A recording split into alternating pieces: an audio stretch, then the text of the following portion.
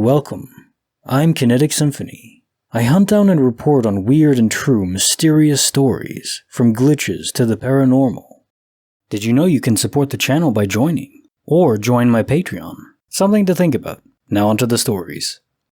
This is my channel's weekly compendium, and a Monday, February 6, 2023. Case file number 957, written by Germs and Life. Disney World duplicated my son. My wife and I took our family on a trip to Disney World in Florida. Always wanted to go, but for one reason or another, we never had the time or money. Things can change for the better. We were having a great time, enjoying the rides and the sights. My son loved the new Star Wars Resistance experience. We were walking in between rides, heading over to the bathroom as my son and I really had to pee. My wife rarely needs to go, which I've always found suspicious.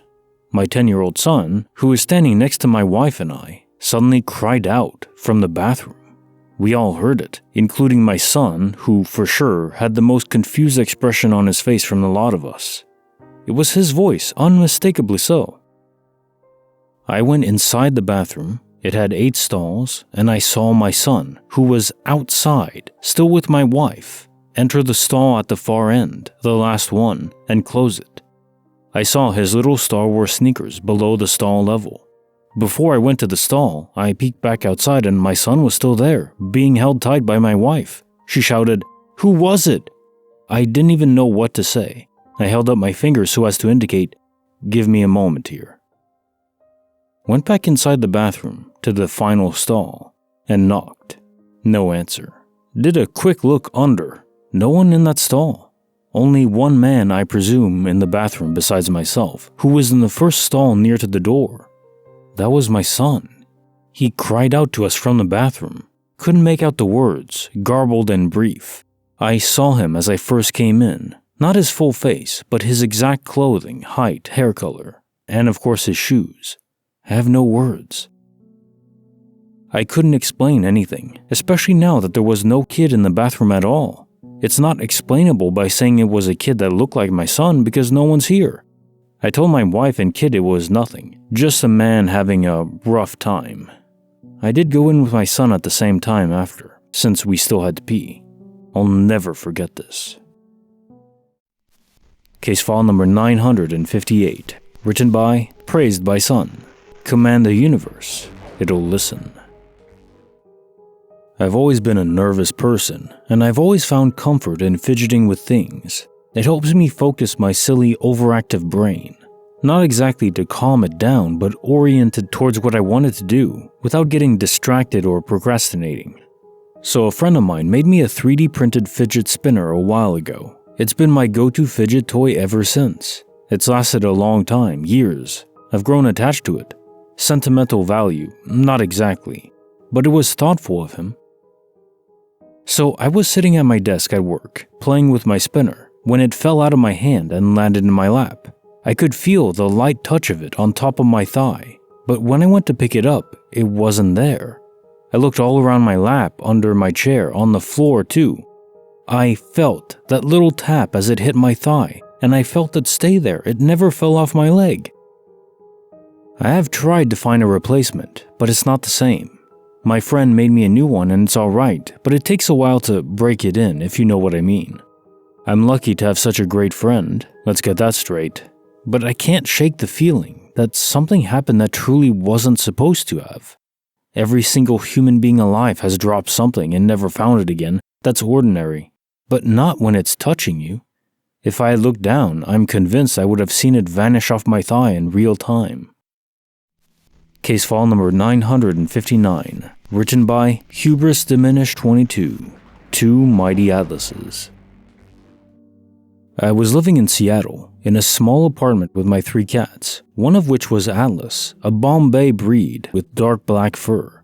He was my favorite. Shh, don't tell the others. I'd literally have dreams about him while he's resting on my chest at night. Months ago, my shift was over and I came home to find him missing. I searched everywhere, all of his usual hiding spots, above the fridge, under the couch, but honestly, he rarely hides, especially when I arrive home. My secret weapon, if one of my love balls can't be found, is to open a can of cat food. It never fails. They scurry out, practically yelling, "Feed me!" all the way. So I did that, but only 2 of my cats came out for the grub.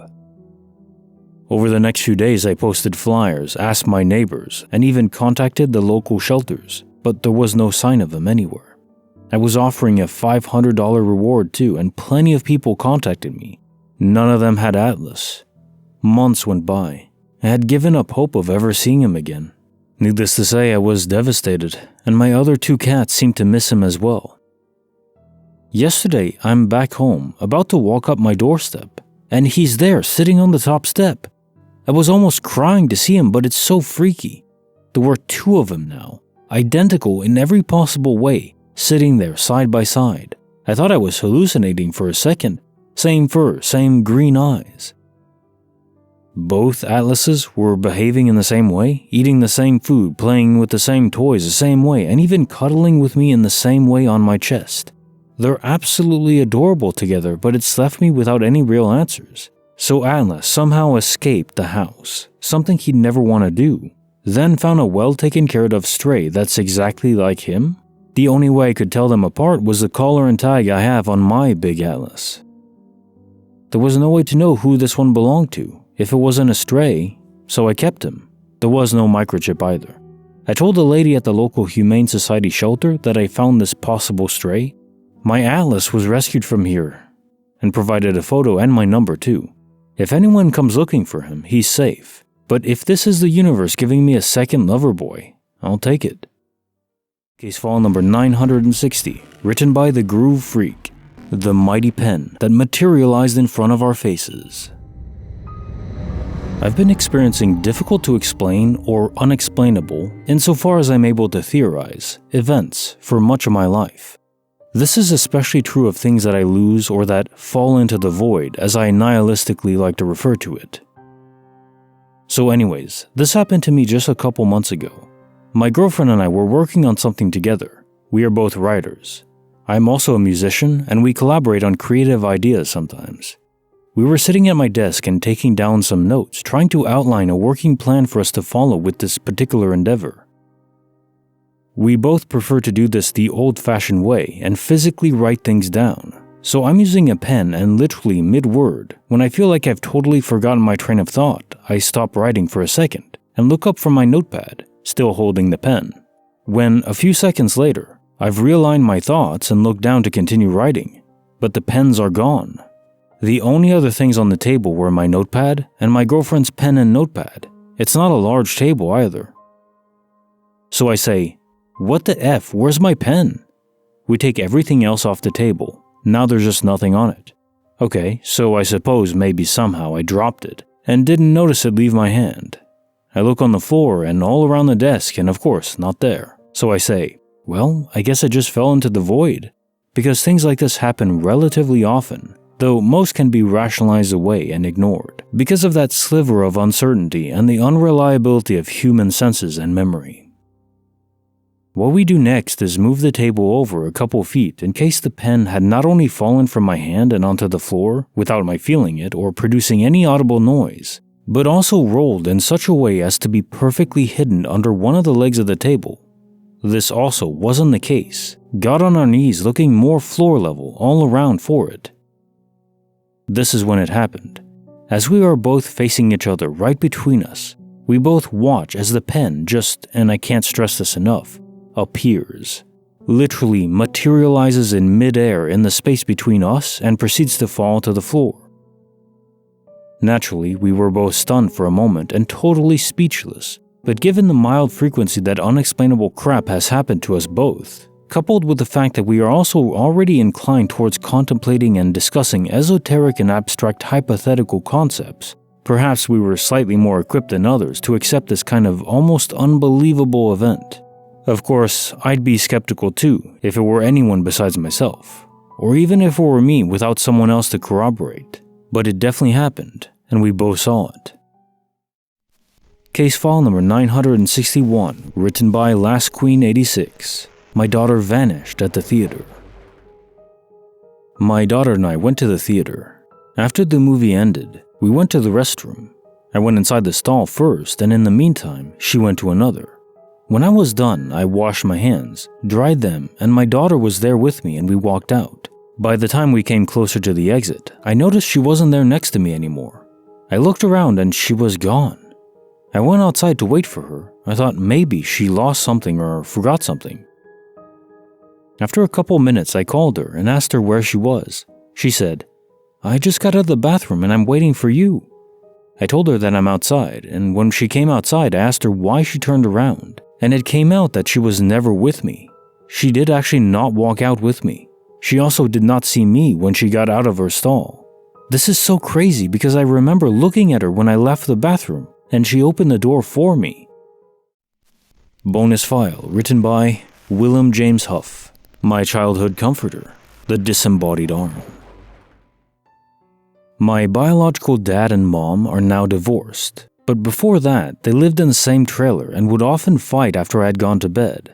My bed was against the outside wall of the trailer, and I have distinct memories of an arm that would sometimes come out of the gap between the bed and the wall and pat me reassuringly on the head and shoulder while they argued. What's especially weird is that I do not remember there being any more to it than an arm with a hand, and I don't remember ever trying to see if there was any more to this person. All I remember about the arm was that it was completely white, and the fingernails were long.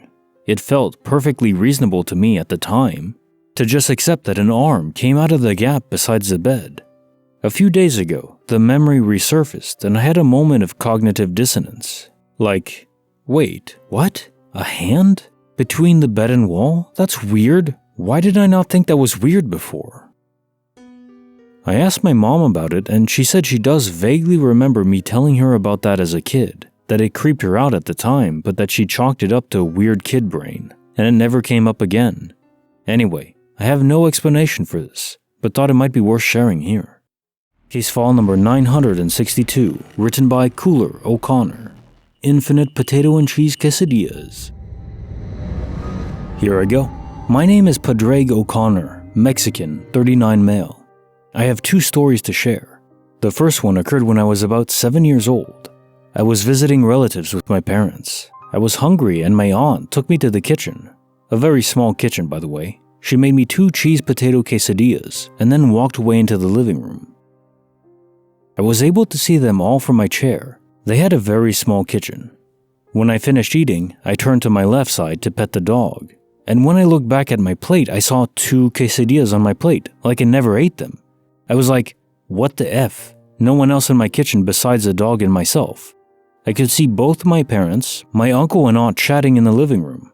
There was no way my aunt could go back to the kitchen, prepare 2 more quesadillas, and serve them to me in mere seconds without me noticing her.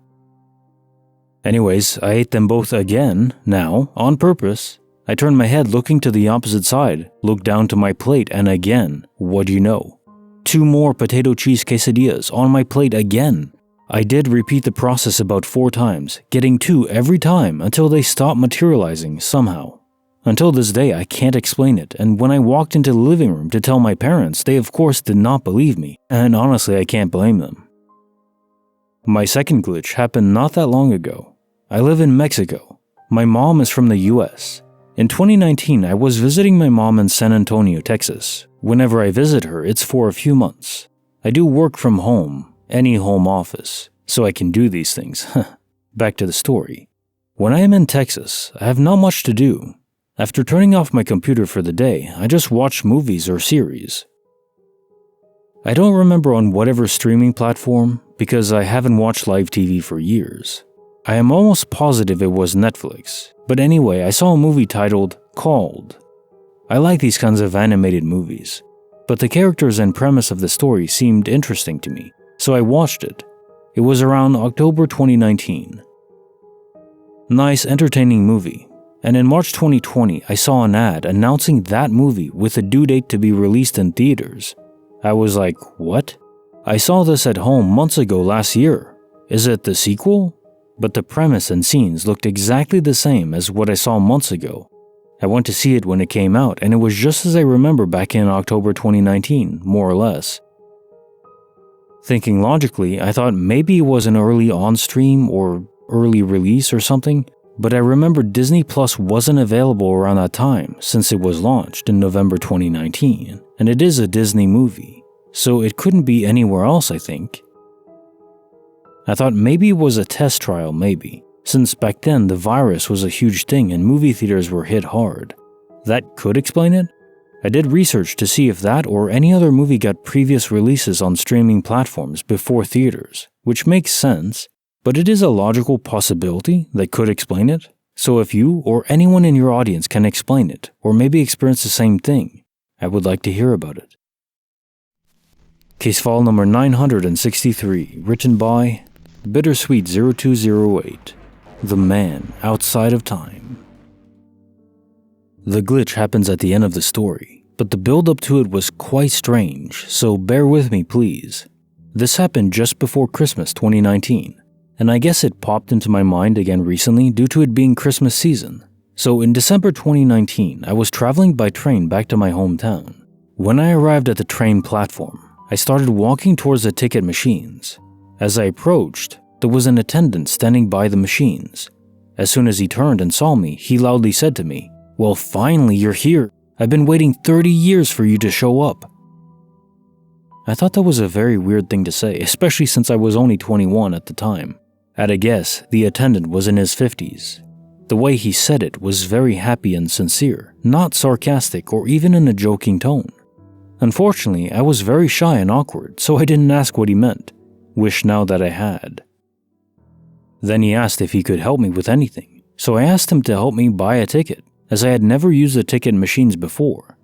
As I was buying the ticket, he kept making really intense eye contact and looking at my face as if he recognized me and was trying to figure out if I was who he thought I was.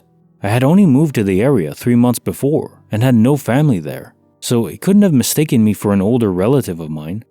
I had definitely never seen him before, and it was my first time taking the train. Throughout the interaction, he asked me, "Are you going on another business trip?" Again, I was confused because I was clearly a 21-year-old student, not a businesswoman. I feel I should say he wasn't creepy at all and definitely wasn't hitting on me. He was well-spoken and clearly not intoxicated. So here's the glitch. After I bought my ticket, he picked up my suitcase and walked me to the train, which was very kind of him. I stepped into the train, he placed my suitcase next to me, I turned to thank him, and he was gone. It was like as soon as he let go of my suitcase, he vanished into thin air. There was practically no one else around, so he didn't disappear into a crowd or anything. I glanced all around and couldn't see him anywhere. He definitely did not get on the train with me, and he wasn't anywhere on the platform. If he had to run off, I would have heard his footsteps, and it wasn't enough time for him to disappear from sight, even if he was running. The whole situation felt so strange. Not paranormal exactly, but surreal. Maybe I should mention that even though I was in university, I've never been drunk or tried any mind-altering substances, and wasn't sleep-deprived. I say this because there wasn't any easy explanation, such as me imagining him disappearing. Any theories on what it could have been? He seemed to recognize me, and I think that maybe I was someone from his past. So maybe some kind of time slip. I don't know. Case file number 964, written by 123 Away, 567. Gordon, the man trapped between two worlds. So, around 11 years ago, I was a telecoms engineer. The normal day consisted of going to a few residential houses, either fitted or fixed phone lines. Everything was no different from any other day, but then I downloaded my next job, and I got a 20-line installation. Now, this is not the norm for the role I had, as these tasks usually went to other teams. No issues. I thought it would be nice to be somewhere for longer than an hour or two. Then here, then there, and everywhere. I called the contact center, who told me that either the caretaker or manager of the building is aware and will explain what is required. So I arrived, and it's a really old building, built in the 1920s, I later found out. I make my way in with the tester and tool bag, as is the norm, and after speaking with the receptionist, I discovered that the building was at one point a nursing home, and after being derelict for a few years, it's now being used as offices for various businesses. As promised, two managers arrive and tell me that they think what I'm looking for is in the cellar, and there are a lot of cables down there, and that's all they know. so I asked if the caretaker is around, as they usually know these types of things. I was told that he wasn't, as he was ill, but due back the next day. I follow this man and woman to a numbered padlocked door. They open it up, tell me the code, and on the other side of the door is a stairwell that just leads down to the cellar. So as we get down there, the light is poor, like really poor. I have no chance of working like this. I mean, there were lights, yes, but you're talking pendant lights that weren't great. Understanding this, the woman tells me that they have hanging lights, so no issues. I go back to the van, grab an extension, and head back towards the cellar. So I am passing the receptionist and she just asked, "Are you going to be in the cellar on your own?" So I just replied, "Yeah, sometimes you have to, but if what I'm looking for isn't there, I won't be for long." She laughed but told me, "Rather you than me, nobody likes going down there, even for storage space." Now I'll be honest, I just thought people don't like stairs to a dark place. No worries, but not something I'm unfamiliar with, so it just needs done. After a quick look around with the male manager, we found a socket. I sort the lights out and yep, there is the DP I'm looking for, but it's an old solder block, not good for broadband. So I let him know that this is going to take a bit longer, and this is even before knowing where these 20 lines need to go. He just agrees and shows me where the office fitters have left all the cables for the clients, which to my relief is in the cupboard behind the receptionist. So all set, knowing what I know, I crack on. So I'm testing all the lines and it's going well. I've more than half going to the cabinet and a few shy, but I know the area and know from there I can get them through as it's got two 200 pair cables that run through it. At this point, it's around 4 o'clock. I don't have the blocks I need on the van, so I tag up the cables and turn off all the lights on my way out before closing and locking the door. I sign out and tell the girl at the desk I'll see her tomorrow and leave. On my way home, I called my manager to tell them the script and that I may need a hand for half a day or more as I'm not even sure anything has been done in the exchange. The next day at 8 a.m., I get a call from one of the other lads who tells me he is with me all day and that's all he knows. We sort out a roll each. I'll push the pairs from the box to the cab. You do the cab and exchange if needed. And then it's just a case of fitting the box and running a large internal cable from the box to behind the receptionist. I make my way into the building once again, open the door with the code, and to my surprise, all the lights are on. Now I'm 100% sure I turned them off, so I'm guessing one of the managers may have come to check if I was still there and left them on by mistake. I go down and do what I need to do. Leave to push through the cables outside, call my mate, and he's getting them one by one. So it's going well. I finish up and head back to fit the block. So I grab the blocks, drill all the bits, etc., set up the mark for the pilot holes, and just hear, "What are you doing?" After nearly jumping out of my skin, I turn and see this man with gray overalls on. So I say I'm just doing what's been asked. "Are you the caretaker?" He replies that he is and says that nobody has been down here for years and is surprised that I'm there. So I just cracked on, did the drilling, etc. And then as soon as I'd stopped with the drill and it was quieter, this guy just started chatting away. "What football team do you support? Do you mind if I watch what you're doing?" I told him no worries and just tried to be as polite as I could. He then told me that his name was Gordon and he had been working there for over 30 years. A bit confused, recalling what the receptionist had said, I told him I was under the impression that this place had been empty for a few years, and looking at the cabling, it's not been updated for at least 15 to 20 years. He just said that things are always happening here. After about an hour of back and forth while I'm working, I hear a hello from the top of the stairwell, expecting Gordon to answer it. I didn't. Then it came again, so I turned around. Gordon was gone. Now I'm thinking, I've been waffling on for 10 minutes and he's not even there. I pop up, and it's one of the managers asking if I'm expecting somebody, another engineer. So I apologized and explained the phone signal isn't very good down there, so he probably hasn't been able to get a hold of me. All cleared, he comes down. We chat for 5, and he tells me that he will start at the receptionist and work for me while I finish. A quick toilet break, and I go back down. I'm in the final stages now. I'm just putting phone numbers to pairs as for when my mate gets there, we can connect the test and go. As I'm doing this, I hear, "Sorry about that."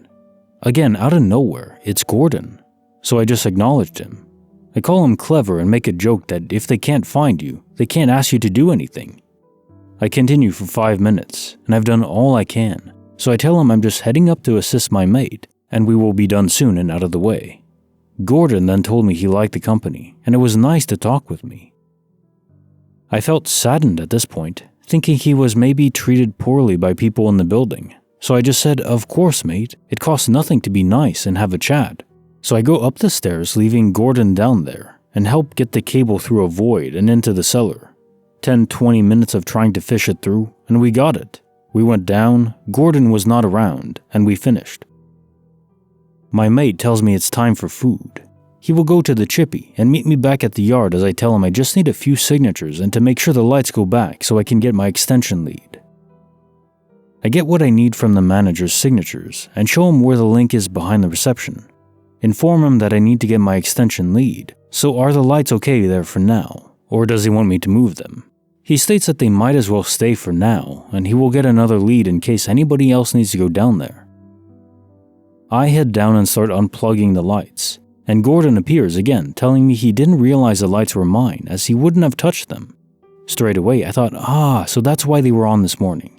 But then it dawned on me, the door, it was locked. I asked if he had come down yesterday evening, and he said, "Yes, of course, I'm always here. It's where I'm needed." Confused and just wanting to disappear at this point, I said, "No worries, nice to meet you." I placed my hand in front and put it to shake his, and he just raised his hand and said, "Hope to see you soon." So I signed out, thinking nothing of it. Then a week goes by, and I get a call from our control asking if I can return to this address as one of the lines isn't working and it's high level. So I say, "Yep, no worries." I get there and say hello again to the receptionist. I asked if I could just check behind her first before having to go into the cellar. With some joy, it is there. It's just not a bit proper. As I'm sorting, there's an older guy. He asked me if I was the one who was here last week. He apologized and stated that he was the caretaker, and he had to take more days off than planned. I just told him, "Oh, don't worry about it. I'm sure Gordon will tell you where everything is." As soon as I said this, he just looked me dead in the eyes and said, "What did you just say?" So I said, "Gordon, he told me he's the caretaker here." This guy went white and just asked me if we could talk outside, so I followed. He simply asked me if I believed in ghosts, then told me that before this was what it is today, it was a nursing home, and the old caretaker was a man called Gordon. He knew this as when the building was taken over, he found an old desk with to-do lists, letters and requests for a Gordon, and there was a sign on the door which said caretaker, and where this desk was, that door led to the cellar. I immediately rubbished this idea and started laughing, thinking he and his mate were pulling my leg. He then asked me if he was wearing overalls, which I replied he was. He just looked me dead in the eye and said, "Listen, mate, I'm not lying. Gordon passed away years ago, supposedly on the job. I just thought you should know, as it's not something that's been considered funny, telling me he has been mocked as he has also seen Gordon, but people just have never believed him." I never said a thing to anybody beyond that, until one night fishing with a friend, and just like that, he said he thought I was taking the piss. I know what I saw. I know what I heard. I don't tell this to anybody, as it's not worth the ridicule. Hence why I'm using a throwaway account. Ghosts or spirits are very real. Case file number 965, written by Independent Ad 6246. The mysterious penny that defies physics. As this literally just happened 5 minutes ago, I'm trying to rack my brain for any logical or scientific theory. Just sitting on my bed watching YouTube, and at the foot of my bed I hear what sounds like a coin dropping onto my glass vintage makeup tray and mirror. It made me jump as it made a loud clang. It made the noise of hitting glass and then rolling a bit. Sounded like it dropped from a pretty high vantage point.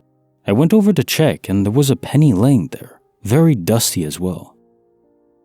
The items on my makeup mirror are just makeup brushes in a cup and claw clips laying flat down. Directly above that is just my ceiling.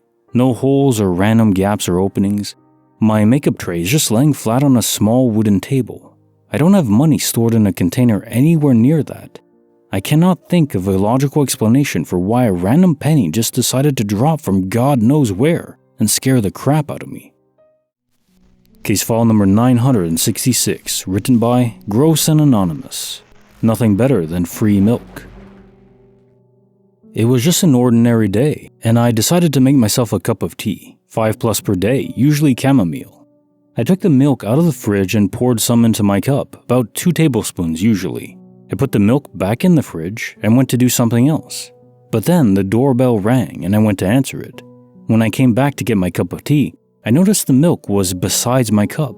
I thought it was a little odd. I clearly remember putting it away. It's habit. Maybe I'd been distracted by the door and had to put it down instead of putting it away. So I took the milk and put it back in the fridge. But when I opened the door, I saw that there was already a carton of milk inside, the same brand and type, silk, almond, unsweetened. I was confused because I was sure we had only bought 1 carton and I only do grocery shopping once a week. I took the milk out and compared them. They were both identical, including in the amount that was left inside, as much as I could compare them going by weight in my hands. I got an extra carton of milk from the grace of the gods. Case file number 967, written by Brunette Nymphs for Life. My Unbreakable shirt. I've been playing soccer with my buddies for years now. We're not training to be professionals or anything, we just love the sport and enjoy playing it. We take it seriously when we're on the field though, and we always give it our all. One day, during a particularly intense game with some elbows flying, things got heated between me and one of my teammates, Brady. He's the biggest dude in our group, standing at over 6'5" and probably over 250 pounds. Never asked him his exact weight. He can be pretty intimidating on the field. I made a pass under him to one of my other teammates, and he got annoyed, grabbing my shirt shoulder. At that moment, I felt the fibers of my shirt rip apart under his grip. I looked up at him in surprise, as he rarely gets physical. Here's the nuttiest thing. When I looked down, my shirt was perfectly intact, not a tear in sight. Brady looked at my shirt, then started to squint as if he couldn't see what his mind had pre-programmed was going to be there, a torn-up shirt arm. I asked Brady if he had felt the shirt rip too, and he said, in his gruffy voice, "Frick yeah, you fixed it or is it double layered or something?" I just said no, weird. I got nothing, but I'm glad my shirt wasn't all torn up. I seriously felt the fibers ripping. Case file number 968, written by Built on Teeth, the tooth that returned. Over a decade ago, when I was a teenager, I was playing baseball on the school field. I was a small boy, but I was fast as lightning. It was a normal game, nothing out of the ordinary. But during one play, there was a missed throw that ended up hitting me square in the jaw. I felt intense pain and knew something was wrong. I was rushed to the hospital and it was determined that my jaw had been cracked and one of my molar teeth had been taken out completely. It was fractured and wrist infection. It was an annoying and painful experience, but I had to live with it. I got used to having a missing tooth and it didn't affect my daily life too much besides being a little awkward and chewing some foods. But today, I'm 24 now. I woke up and as I was brushing my teeth, I realized that my missing molar was back. The whole thing. I kept playing with it with my fingers. By playing, I just mean feeling around it. It felt normal, like any other tooth, no cracks in it. The F? I'm not going mad because I asked everyone if they remembered the accident and how I had my molar taken out. Everyone remembered.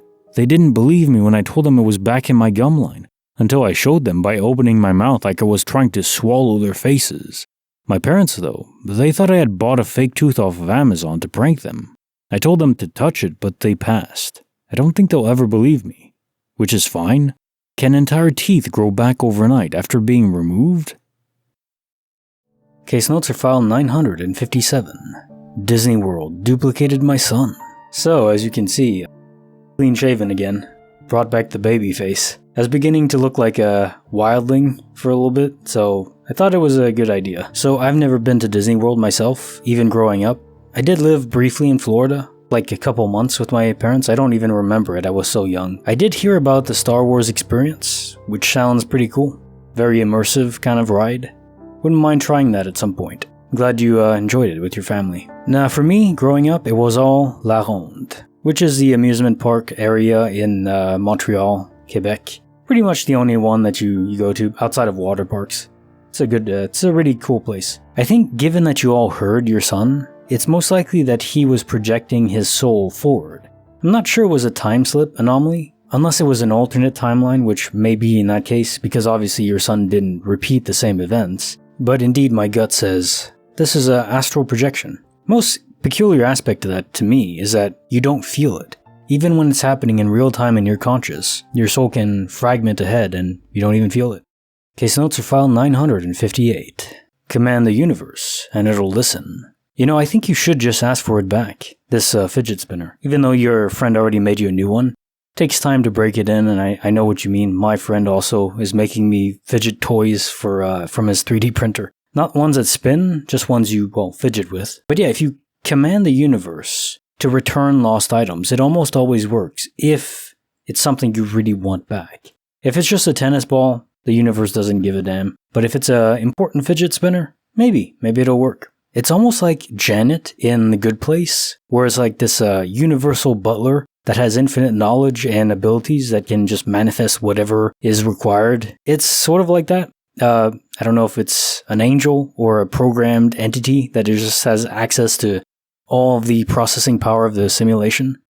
Case notes for file 959. Two Mighty Atlases. Yeah, when I was working at Humane Society Kennel down in Florida, it was 1920, you wouldn't believe how inhuman some people are in relation to pets. It's just monstrous. One of them just left a dog tethered to the tree in front of the kennel, didn't even come inside to bring him in. What is that? It sounds like you take great care of your pets, though. Your Atlas and the other two. So yeah, maybe the universe just said, okay, here, have another one. I think it's probably a ported event. The Atlas in a different universe came over to this one. Maybe not entirely, though, because there's no collar on the second one.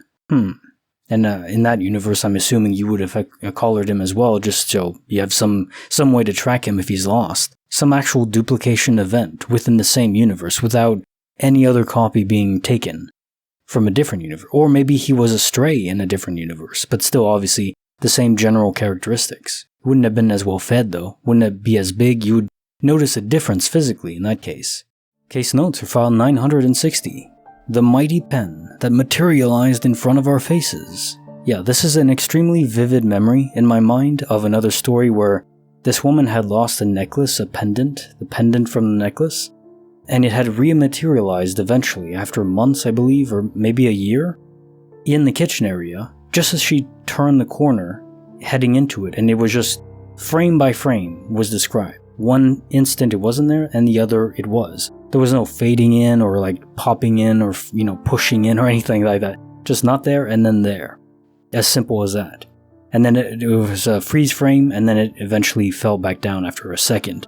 It's like gravity wasn't relevant for a moment. And I think similar in this case to the pen. Not there in one frame, and then there in the other. And sort of a pause before it fell to the ground. To me, this could be related to some sort of entity controlling it, and if there was some ghost or spirit that was able to manipulate it, maybe out of this realm and back in, and then hold it there, that would explain why it's levitating. It's not that physics just stopped working, it's that some other force was holding it there for a brief period of time, in that rephasing period, and then it's there. But yeah, DOP is the most common glitch in my opinion from what I've read. It's just everywhere. Maybe the most common reported, there is that problem, reporting bias. Selection sample bias, reporting bias, these are known issues in statistics and trying to understand reality. If something disappears and you just miss it, well, I think it's more likely someone would be willing to share a story like that because no one would think you're crazy, like it happens to everyone. So you have that state where maybe it's not the most common, it's just the most commonly reported. But I do think it's very common either way. But it's funny because it's so common and yet it doesn't really happen to me. It happened once, twice with 2 tennis balls. But that's it. Figured it would happen more. Maybe eventually. Nothing important, please. Case notes for file 961. My daughter vanished at the theater. So I kind of love this. Like every story I read now, my mind just goes, oh yeah, I read a story like this. There was that one and that one and that one. There's so many parallels now. It's pretty cool. There's a pattern emerging, a tapestry of the universe that I'm finally beginning to understand now, with enough stories in my mind compiled up there.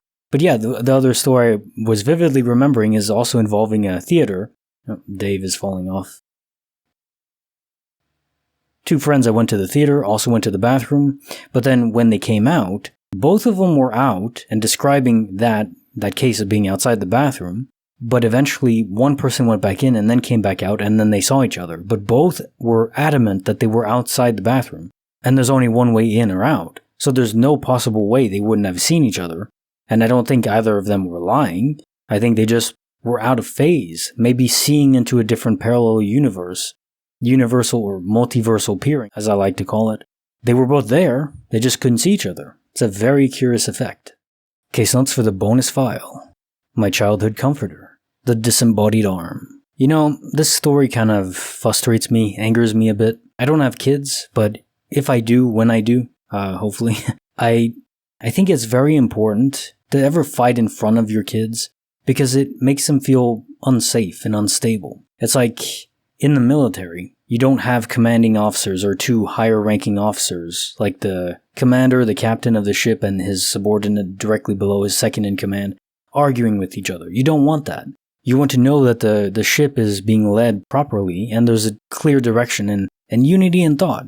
Like, you're always going to have disagreements, but you should try to keep them civil, and if it's not possible to be civil, at least don't do it in front of your kids, is my belief. I think it sets a wrong message to them and also makes them feel unsafe. I'm lucky. My parents they argued sometimes, but it was never, fiery or anything like that. Just disagreements, but they kept it civil, which is important. Or if they ever argued more than that, they didn't do it in front of me, which I appreciate. Now, about the actual story, the glitch or paranormal supernatural event, was it just a spirit that was able to phase through and touch? Maybe someone related to your family that was indeed. It doesn't sound like they were trying to scare you. It was meant for comfort. To explain why the hand was white, or pale, it may be related to how they died, if they drowned or something like that. I imagine there would be carryover in that way. The soul is project its final state on the world. The last reverberation echoes and remains, lingers behind in that state. Case notes for file 962. Infinite potato and cheese quesadillas. So my first thought was, are these quesadillas that you're eating going inside your stomach? Obviously you swallow them, they're no longer on the plate. But then does a food mass disappear or vanish from your stomach? I guess you probably would have felt that, but maybe not. I mean, those aren't exactly the most filling or expansive kind of food. I could eat quite a few without cheese, of course. Evil cheese. Terrible. No! Anyways, does the food mass actually just vanish from your stomach? Dave always wants to fall off. And then reappear as like this mush in a different universe. And in that universe, the copy of you that's eating is just having his quesadillas vanish in different multiple copies. And of course, over there, he's trying to explain to his aunt and his family that my quesadillas, I'm hungry, they're just vanishing. It's not my fault. That would suck. You got the better end if this is what's happening. Now, regarding the movie glitch, I can't comment too much specifically on this one. I don't really watch that many modern movies anymore. Some TV shows. Reacher is really good on Prime, if you haven't seen it. I do recommend that. I did, however, narrate another story a while back about someone who had visions of a TV show that hadn't aired yet. I believe it was Stargate, actually. He knew what it was going to be years before it even aired. So, I mean, obviously before there could be any possibility of early streaming or anything like that. There was no streaming back then in the 90s, but he just knew what was going to happen, as if he watched it ahead of time. In fact, I think it wasn't just a premonition, it was pure foresight. He experienced the whole thing. Like Nicolas Cage in Next. I mean, I keep coming back to that movie because that's a good movie. Very related to potential things that could happen in the buffered reality I think we live in. All that information's there, just have to access it, and enable our mind to process it. That's probably the real issue. The information is all floating out there, like all the signals that our phones receive, it's all there, it's just encrypted. Our phone needs that specific encryption key to decode it and then use the information. So for some reason, some minds have the ability to decode that information that's just floating everywhere. And in those cases, for specific bits of information, they unlock the world in the future. It's really cool. Case notes for file 963. The Man Outside of Time. Given that he recognized you, maybe it was the soul of your grandfather? The way he acted was almost as if he was prompting you to go into that direction of being a businesswoman. I don't know, I get that feeling for some reason. Maybe that's where you'll end up. This is like a future push in that direction. But I do believe there is some sort of timeline phenomena going on here. I don't think it was a ghost. I think it was, especially because he carried your briefcase so easily, it feels like it was too real. There was a real manifestation of a person there, even if it wasn't from your timeline. I don't know if it was your grandfather, I don't know if it was someone else, a friend from the future. Maybe even to him, you looked older, and it was just a normal interaction, and he knew you, like you said, I don't think it was a pickup artist trick. Didn't seem very good, especially if he just disappeared right after, right? That doesn't work well. If you're just gonna run away, yeah, maybe he got nervous. More likely that it was some timeline figure. Case notes for file 964. Gordon, the man trapped between two worlds. Ghosts really are freaking real, man. I hope one day people won't feel this pressure of ridicule for coming forward and revealing their stories. I think more and more people are becoming open to it and less fearful, especially with the internet and anonymous accounts. It's pretty easy to do. But even people just having their real names and sharing stories directly with me to tell you guys, it's pretty cool that people are becoming open to it. I think the only way we're gonna find out what's really going on is if people are willing to share their experiences, their accounts of the world. And I always am curious about people who don't want to give stories like this the benefit of the doubt. I mean, do some people make them up for, attention? Possibly. But most? I don't think so. I think most they really did happen to the people, at least from their perspective. Did they imagine it, hallucinate it? Maybe sometimes, but I think most people really happened to them. I mean, really, do you want to live in a world that doesn't have this kind of extra layer? It's just what you see is what you get and that's it? Kind of boring to me. But then again, I don't believe any of this is magic or supernatural in the sense that most people think of supernatural. I don't think it's beyond the possibility of understanding. I guess going back to that exact place in the cellar, maybe you'd find Gordon again. And Gordon seems like a bright old chap. I hope he's not too lonely. Case notes for file 965. The mysterious penny that defies physics. I think all bills, US currency denominated bills, have a serial number, trackable. I'm not sure about pennies though. It'd be interesting if you could track the serial number of a penny if they had one. I don't even keep change, so I can't check. If they did, I wonder if it would be a duplicate in this universe, if there would be another one with the same exact markings. It was just a penny from a different universe that just popped over here. It's a lot of accounts of things that are just materializing over here in our universe from a higher elevation. So not just, popping into the floor. I guess it makes sense. Of any place you could appear, it's far more likely it'd be an open space and then falling to the ground. But if I had to guess, that would be just it. A duplication event, but it's really probably a multiversal transposition effect. So many effects. Case notes for file 966. Nothing better than free milk. Personally, I prefer cashew over almond milk. It's more mellow, more usable for most things. And honestly, it's just flat out better than dairy, like animal dairy, for me. I've always hated cheese, I know, crazy. Dairy-free has been very easy for me. And yeah, you should try cashew milk if you haven't. It's very low in calories too, which is another plus. And while still being extremely creamy. Although I'm not sure how it takes into milk or hot beverages, I always take my coffee black. I would just chalk this up to another duplication event, multiversal transposition effect, where milk in a different universe came over here for whatever reason. Seems to be happening very frequently now. I wonder why. Universal instability in the back of my head. I'd rather not think about that. Case notes for file 967. My Unbreakable shirt. So there have been more reports lately about things that are just fixing themselves. There was a door that fixed themselves. There were glasses before.